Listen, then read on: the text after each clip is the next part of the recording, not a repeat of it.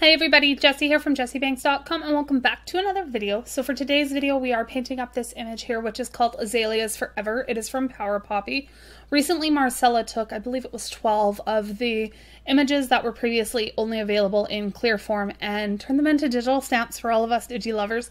So I printed this one off and did it in my watercolor. So I printed it off on Arches 140-pound hot press watercolor paper. I recently picked some of this up just in the large sheets and I tear it down myself. That's how I buy a fair bit of my watercolor paper. And I decided to give this one a shot. I've used their cold press many times, but I've never played with the hot press before. So it was kind of a new one for me. This is the first image I've used it on. I really liked it. I think it turned out fabulous. It dried nice and flat. I was really happy with it. So I'm painting them up and I'm starting off with the background here. The watercolor palette I am using is one that I created a while ago. There is a video of it on my channel here where I took all of the Daniel Smith colors I got in a lot and I made myself, like, I think it's an 18-pan palette. I'll link it up in the eye here if I remember. So I'm just going to go in and add the blue into the background, and I kind of work backwards when I do these. I don't start with my flowers. I always start with the background, then I'll do the stem and then the leaves, and then I do the flower, which kind of makes it pop at the end for myself. It also allows me to kind of debate on if I want to go with a typical flower color of the floral I'm painting, or if I want to go with something completely off the wall, like when I did the purple lady slipper, or no, it was a teal lady slipper, pardon me. I did it in teal and yellow. Again, I can put that in the eye here. I did that one in Copic markers. That was another one of the images that Marcella made into digis that were previously available only as clear. As you guys know, with Marcella's floral images, I love to blow them up and make them really, really big. So make them really, really big on the front of the card and have them kind of take over the entire face of the card instead of being a small image in the corner. It's a personal preference. It's the way I've always loved to play with floral digis.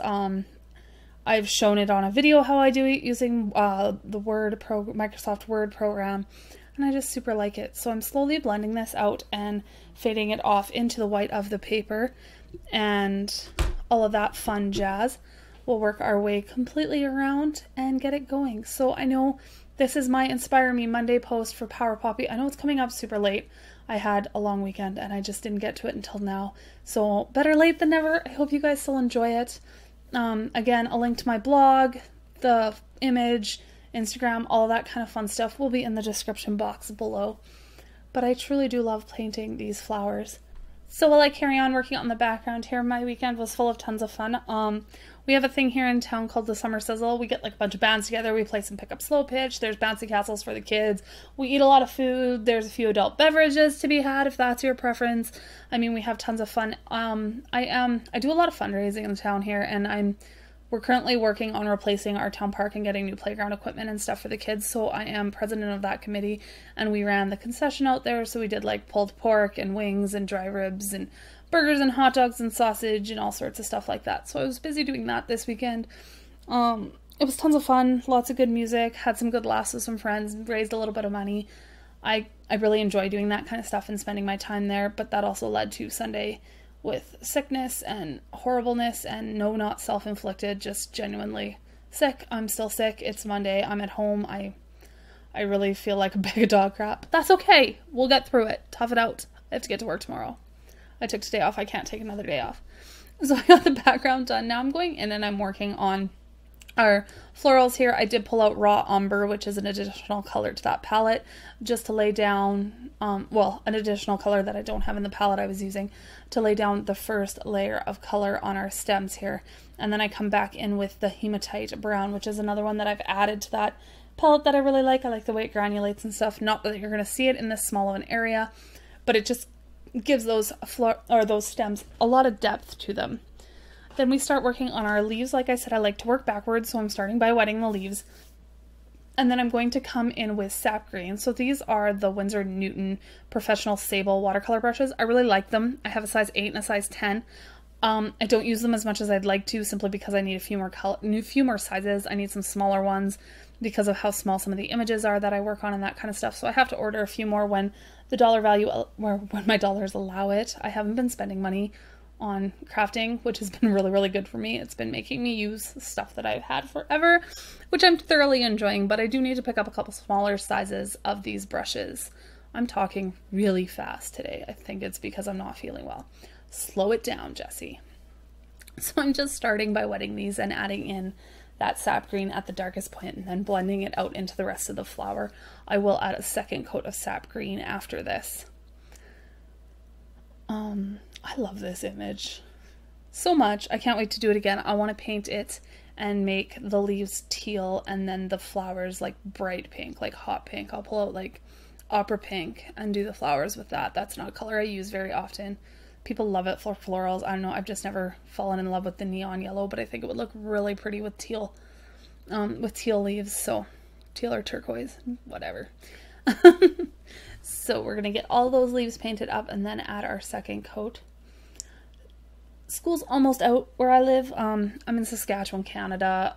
So school's out on Wednesday, which will be the 27th of this month. My son is so done with school for this year. He's 8 and he is over it. And I feel really, really bad for teachers at this time of the year because the kids have already checked out.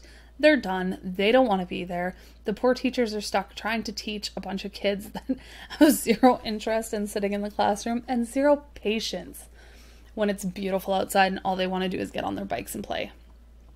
So props to all you teachers that put up with that, because I would lock children in a closet. Let's be honest. There's a reason why I'm not a teacher. So yeah, so school's getting ready to let out. Lots of plans for the summer. We got like the fair coming in. We got to go camping. Caleb wants to go to camp this summer. So there's lots of busyness going. Tomorrow is ball wind up. So ball is done for the year. Thank goodness. I go into like, I love my son being in activities and he does lots of sports and he gets to play lots of sports and hang out with people and do lots of things like that. And I really enjoy putting him in it. But I get to the point when we're going to the end, I'm like, ugh. Can it not just be like, I'm so sick of driving and driving and driving and I'm done. But he's not. He would play ball all summer if I would love him, or if I would let him and there was this ball that he could play all summer in his age bracket. But there isn't, thank goodness, because I couldn't do it.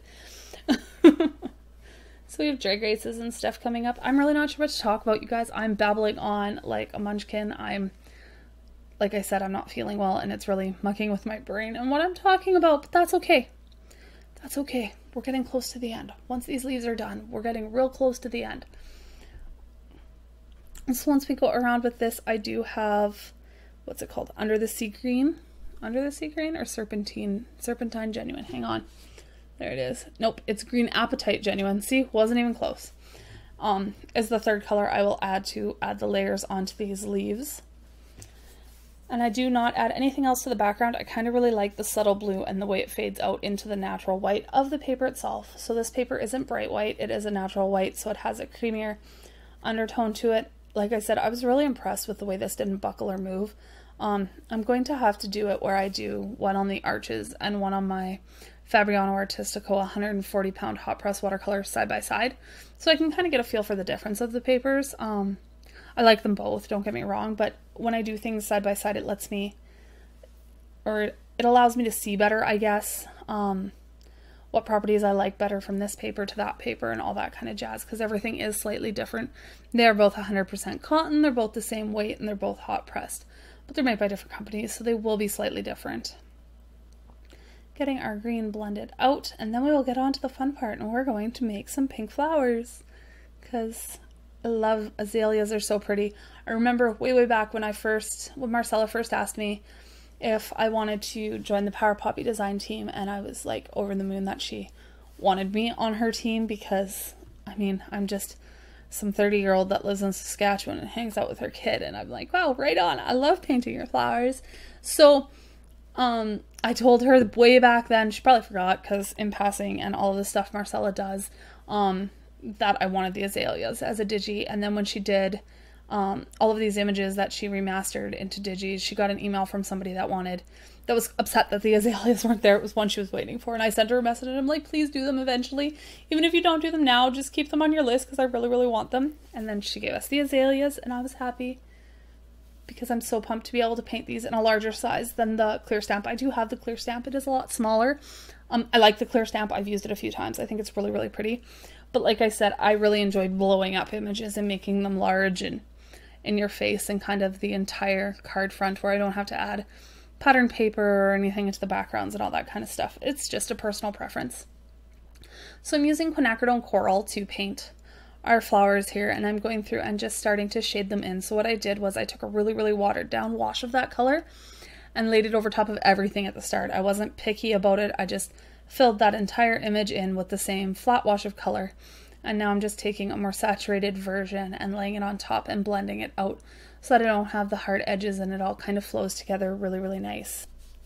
I try to keep my colors as pure as I can. I really enjoy, instead of mixing colors, I enjoy layering different single pigment colors to achieve the final color and depth that I wanted in an image.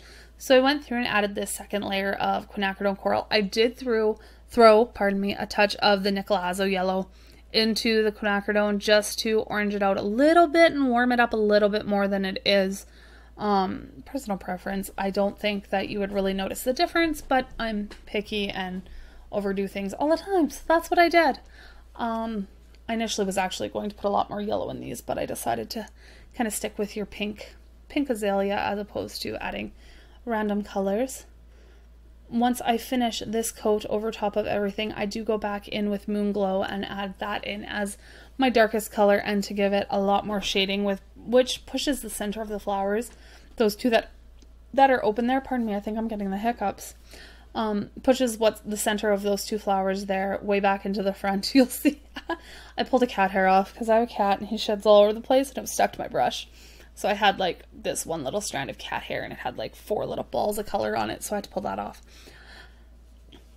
And so yeah, so when I go back in after this round with the Moon Glow, it will push the center of that flower even further back and make it look deeper, like it's pulled in deeper into the middle, and the petals are kind of pushed out more towards the light, which is the look I'm after here. I know the lighting is changing a little bit. I don't know, there's been clouds coming in and out all day, and I'm filming at my dining room table using natural light because I do prefer to try to do that as opposed to setting up all of my lights and that kind of stuff. I just find the lighting is way prettier, even if it does change slightly. So I'm working back and forth between flower and flower, trying to work against drier areas as opposed to wetter areas. Printing on my laser printer, I do find it kind of acts a little bit like embossing powder does. So I've got a definitive line. It's almost like embossing powder. It doesn't go outside of that black line that the toner put down on the paper. I'm sure you can, but I do find that it holds it in a lot more for me than if I was to print on like an inkjet printer or when I stamp with standard ink. So you can see how those flowers are starting to come to life and how I'm putting the darker in the center, and then I'm just following Marcella's lines as to where the tips of the petals kind of fold on their own to give them a little bit more depth and movement looking to them. So that's what I enjoy about doing florals and things. You really can't mess them up, but you always tend to get lots of direction from the artist that's drawn them as to where your lights and your darks should be, and your shadows and all the folds and crevices that are in the petals of the flowers themselves. I'm getting this last little bit blended out, and then we'll move on to Moon Glow. We're almost done, guys. You almost don't have to stick around with me anymore. I hope you stuck around till the end. So here we go. I'm taking, this is a smaller brush. This is a size 4 Silver Black Velvet. This is why I'm saying I need to get some more smaller sizes of the natural haired brushes so that I can, like I said, I really enjoy the 2 that I had, but so I can get a lot more concrete, a more concrete decision in my head over how I feel about them. I need the smaller sizes for things like this, just for the detail work. So I'm adding that in and blending it out, and slowly going to work through all of the flowers to give them that little bit of depth. So again, I don't know what to talk about. I'm really at a loss for words. Wow, and I don't want to layer music over this. What can I tell you guys? I can tell you guys that I have another Power Poppy image coming up at the end of this month. I did another one in Copic markers, so that'll be super fun since I usually do paint 90% of Marcella's images. I don't do a lot of florals with Copics. Why, I'm not sure. I just think they lend themselves really, really nice to watercolors. And I love playing with my watercolor, so it's kind of a win-win for me personally because flowers with watercolors I find the easiest to do. and watercolors are probably my favorite medium. So that's where that whole situation comes from and why I really, really stick to them. There was more cat hair on that. The days you wish you had a hairless cat. I've been asking for one forever. Kevin told me I'm not allowed to have one because they look like rats. I think they're absolutely beautiful. One day I will win. So we're finishing this all up, guys. I hope you guys enjoyed this video, and I hope you guys learned a little bit from me while we go through and finish it all up. If you aren't subscribed to my channel, I would truly love for you to subscribe. It helps me out. Thumbs up mean the world. It helps YouTube share my video and people to see more of my work, so that's always enjoyable. Comments, I love you guys, and I try to respond to as many as I can. I work 45 hours a week. I'm a single mom. It takes a lot out of me, so I really try, but I do read them all, and I truly appreciate it, you guys. So I will see you very, very soon in the next video. Again, all of the links will be in the description box below, and that's about all I have to tell you guys. So have yourselves a wonderful week. It's Monday, and I will see you guys later. Bye for now.